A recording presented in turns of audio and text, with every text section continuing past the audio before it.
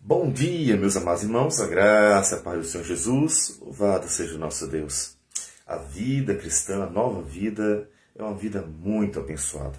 Não é que não tenha problemas, mas é uma grande bênção por causa do Senhor dela. Mas para isso, para nós termos essa vida em que há comunhão com o Senhor, esperança de vida eterna, muito sofrimento o Senhor Jesus passou. Nós estamos no finalzinho já dessa caminhada rumo à cruz. Jesus está prestes a ser crucificado, já é a sexta-feira da Páscoa. E Mateus 27, versículo 27, nos diz que logo a seguir, tendo ele sido interrogado por Pilatos, os soldados do governador, levando Jesus para o pretório, reuniram em torno dele toda a corte. Despojando-o das vestes, cobriram-no com um manto escarlate. Tecendo uma coroa de espinhos, puseram-lhe na cabeça e na mão direita um caniço. E ajoelhando-se diante dele, o escarneciam, dizendo: Salve, Rei dos Judeus! E cuspiam nele, tomaram o caniço e davam-lhe com ele na cabeça. Depois de o terem escarnecido, despiram-lhe um manto e o vestiram com as suas próprias vestes. Em seguida o levaram para ser crucificado. Observe quanta dor, quanto sofrer, que esteve o tempo inteiro acompanhando o Senhor Jesus. Já não bastava a sua vida tão difícil por ter que suportar os pecadores ao seu redor. O sofrer, o castigo, o açoite, os maus tratos foram tamanhos que no versículo 32 eles pediram, diz, ao saírem encontraram um sirineu chamado Simão, a quem obrigaram a carregar-lhe a cruz. Por que aquele homem carregou a cruz do Senhor Jesus? Porque ele não aguentava. A dor, o sofrimento, tudo o que ele estava passando ali foi tão, mas tão intenso que o Senhor Jesus não suportava. E não suportando carregar o peso daquela cruz, um outro homem teve que fazer isso por ele. Ele sofreu muito. E nós temos que lembrar o sofrimento de Cristo, e sempre fazemos isso na Páscoa cristã, que é a ceia, que é celebrada todos os domingos, culto ao Senhor. Nós sempre lembramos isso para que a igreja nunca esqueça que sua alegria foi alcançada com muita tristeza, que a sua bênção foi alcançada por alguém que foi amaldiçoado, que ali sofreu a maldição dos pecadores, a ira do Deus Todo-Poderoso. Devemos lembrar sempre que a esperança da vida eterna foi conquistada por meio da morte do Filho de Deus. É importantíssimo nós lembrarmos disso, para não deixarmos de glorificar a Deus. Porque muitas vezes nós nos deparamos com situações muito difíceis, e a vida cristã é assim.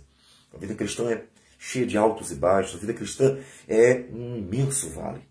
Inclusive, preparando-nos para a eternidade. Então o cristão às vezes esquece que para termos essa esperança bendita da vida eterna, o Senhor Jesus pagou um preço altíssimo. Muito mais sofreu ele do que nós sofremos no dia a dia da vida, porque ele estava carregando sobre si toda a ira do Senhor. Não só no corpo, mas na alma. Porque ele estava sofrendo a angústia de estar sendo castigado, julgado e condenado por Deus como se fosse um pecador, não sendo. Mas há um texto paralelo dos evangelhos, não está nos sinóticos, que é o texto de João, que dá um pouquinho mais de detalhes. Eu gostaria então de continuar com ele. Ele fala do mesmo momento. Pilatos mandou Jesus a ser açoitado, como nós já tínhamos visto em Mateus. Então, por isso, Pilatos tomou a Jesus e mandou açoitar. Então, observe que quando ele estava entre os soldados, ele foi humilhado, foi escarnecido, colocaram a coroa de espinho na sua cabeça, bateram nele e ainda açoitaram. E açoitaram com intensidade. Então, ele está sendo maltratado demasiadamente. Está quieto, está calado. Não está reclamando, não está murmurando, não está brigando. Ele simplesmente está calado, nem sequer se defendendo. Ele sabe que tem que estar ali, ele sabe que tem que carregar os pecados dos pecadores, e ele está suportando isso. Está suportando, como uma ovelha muda. Então, diz o texto de João, que os soldados, tendo tecido uma coroa de espinhos, puseram-na na cabeça e vestiram-no com um manto de púrpura. Chegavam-se a ele e diziam: Salve, rei dos judeus! E davam-lhe bofetadas. Aquele momento que Mateus descreve. Observe que eles não só cuspiam, mas batiam nele. Eles estavam humilhando, surrando, maltratando o seu Jesus, e ele calado estava, continuou calado. Outra vez saiu Pilatos e lhes disse: Eis que eu vou-lo apresento, para que saibais que eu não acho nele crime algum. Foi apresentado depois de toda aquela surra, de todo aquele maus-tratos. O povo viu como estava o Filho de Deus, Cristo Jesus. Saiu, pois, Jesus, trazendo a coroa de espinhos e o manto de púrpura. Disse-lhes Pilatos: Eis o homem. Ao verem os principais sacerdotes e os seus guardas, gritaram: Crucifica-o, crucifica-o. Disse-lhes Pilatos: Tomai-o vós outros e crucificai-o, porque eu não acho nele crime algum. Observe que mais de uma vez Pilatos testificou: não vejo nele nenhum crime, ele não merece morrer. Um homem pagão confirmando que aquele Jesus Cristo, o Filho de Deus, Cristo, não tinha nenhum mal, não merecia nem um momento a condenação. Ele testificou isso aí. Mas os judeus insistiam. Responderam-lhe os judeus: temos uma lei, e de conformidade com a lei ele deve morrer, porque a si mesmo se fez Filho de Deus. E aqui está o cerne da condenação de Jesus. Eles entregaram Jesus porque Jesus se anunciou como Filho de Deus. E ele é. Sem compreensão, sem entendimento, eles mandaram condenar o Senhor Jesus por ser o Filho de Deus. Condenado por ser o legítimo Filho de Deus. Essa foi a acusação. Só que, diante disso, diz o versículo 8, que Pilatos, ouvindo tal declaração, ainda mais atemorizado ficou. Por que ainda mais atemorizado? Porque nós vimos que a esposa de Pilatos chegou para ele e disse assim, e estando ele no tribunal, sua mulher mandou dizer-lhe: não te envolvas com este justo, porque hoje em sonho muito sofri por seu respeito. Como nós havíamos falado, Deus mostrando, dando todos os indícios, anunciando que ali estava o Filho de Deus, completamente inocente, e mesmo assim os homens não aceitaram. Pilatos estava tinha diante de si um poder de decisão entre libertá-lo ou não libertá-lo, por ser o governador, e tinha diante de si as informações sobre quem era aquele homem. Aquele homem não é um homem qualquer. Aquele homem não tinha pecado. Ele testemunhou isso. Ele interrogou e não viu culpa alguma. Mas não conseguia tomar a decisão certa. Porque estava temendo os judeus. E diz o texto que, tornando a entrar no pretório, perguntou a Jesus: de onde és tu? Mas Jesus não lhe deu resposta. Então Pilatos o advertiu: não me respondes? Não sabes que tenho autoridade para te soltar e autoridade para te crucificar? Observe que ele, tomado por emoções, tomado por medo, termina usando da sua soberba autoridade. E Jesus responde tranquilamente. Respondeu Jesus: nenhuma autoridade terias sobre mim, se de cima não te fosse dada. Por isso quem me entregou a ti, maior pecado tem. Quem que entregou? Os judeus entregaram. A culpa dos judeus era muito maior. Porque foram os judeus que entregaram, foram os judeus que enviaram Jesus, o próprio rei deles, o Salvador, para ser crucificado.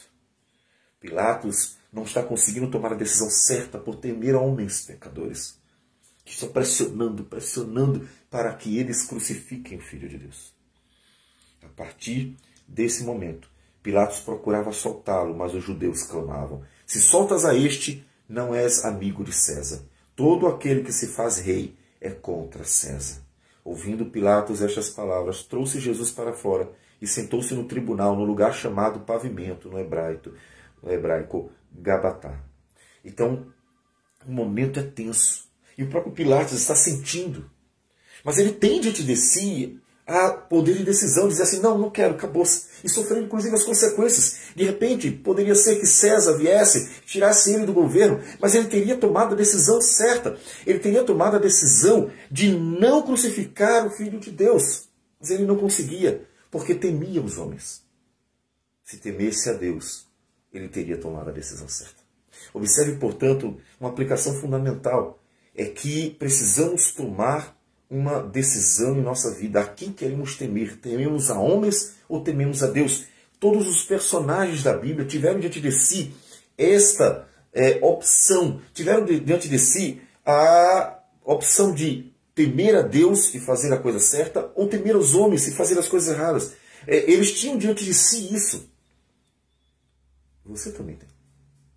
Você precisa ter diante de seu coração, sua mente, muito clara essa consciência. A quem você quer temer? Por não ter essa convicção de que tudo o que importa é temer a Deus, ele tomou a decisão errada. E era a parasceve, ou sexta-feira da Páscoa, cerca da hora sexta. E disse aos judeus: eis aqui o vosso rei. Eles, porém, clamavam: fora, fora, crucifica-o. Disse-lhes Pilatos: hei de crucificar o vosso rei. Responderam os principais sacerdotes: não temos rei senão César. E outra vez, pela segunda vez, Israel trocou Deus por homens pecadores. Por que a segunda vez? Porque lá atrás, quando Deus era o rei de Israel e governava o povo, eles pediram um rei igual às nações. E Deus deu Saul. Eles pediram para que um homem pecador governasse o povo, quando eles tinham Deus dirigindo a vida deles o tempo inteiro, por meio de mediadores que eram juízes, como foi Moisés, como foi Josué, entre outros. Pela segunda vez, eles desprezaram o governo divino. E você? Você tem sido firme no desejo de ser dirigido por Deus, ou tem deixado que pecadores governem, o mundo governe a tua vida? Não deixe que o pecado governe a sua vida. Não deixe que o mundo governe a sua vida. Não deixe. Deus é rei. E Cristo Jesus, sentado à direita de Deus, é o herdeiro de todas as coisas. Que seja Ele o teu rei, o teu governante, o teu guia. Que seja a palavra de Deus a única regra de fé e prática. E não da boca para fora, como é comum se fazer, mas de verdade. Seja ela, somente ela, que conduza a tua vida, porque ela é a palavra do rei. Não a substitua por palavra de pecadores, por leis de pecadores. Deus é o rei do seu povo. Mas Pilatos não conseguiu tomar a decisão certa. Então Pilatos o entregou para ser crucificado. Você tem a decisão certa? A sua decisão certa está relacionada a quem você quer temer. Se você quer apenas a Deus, e então seguirá sabendo que haverá implicações, que você muitas vezes será perseguido, maltratado, que você sofrerá os danos, como sofreram todos os personagens da Bíblia, por simplesmente escolherem seguir, servir e andar com o Senhor. Todos os personagens sofreram os danos. Você precisa estar pronto para isso. A Escritura nos adverte largamente. Então esteja pronto para isso. Esteja pronto para glorificar a Deus com a sua vida. Não tema os homens. Que mal eles podem fazer? O máximo é tirar nossa vida. Mas nesse momento estaremos com Cristo Jesus, o Senhor. Portanto, não temos que temer os homens, mas o nosso Deus, que é gracioso e por meio de seu Filho, por todo esse sofrimento, morte, ressurreição, nos deu a vida eterna, a esperança da salvação. Portanto, olhe só para Ele. Ele pode garantir até o fim as bênçãos que prometeu e conquistou na cruz. Então olhe só para Ele e continue confiando nele, porque Ele voltará e cumprirá a sua palavra. Vamos orar ao Senhor. Senhor Deus amado, bendito é o teu nome. Nós te louvamos, glorificamos, engrandecemos por tudo, porque o Senhor é bom. E as tuas promessas são fiéis e verdadeiras. A tua graça, Senhor Deus, é sobremedida. Nós te louvamos por tudo. Dá firmeza à tua igreja, dá firmeza, Senhor Deus, ao teu povo para ser fiel. Livra-nos dos homens maus, dos que nos perseguem, aqueles que querem, Senhor Deus, prejudicar-nos, e ajude-nos a continuar olhando para Cristo e só para Cristo, para que o teu nome seja glorificado e nós sejamos perseverantes até o fim. Receba a nossa oração, nossa gratidão e tudo isso em nome do Senhor Jesus. Amém, Senhor. Que Deus abençoe a todos e tenham um bom dia e uma ótima semana.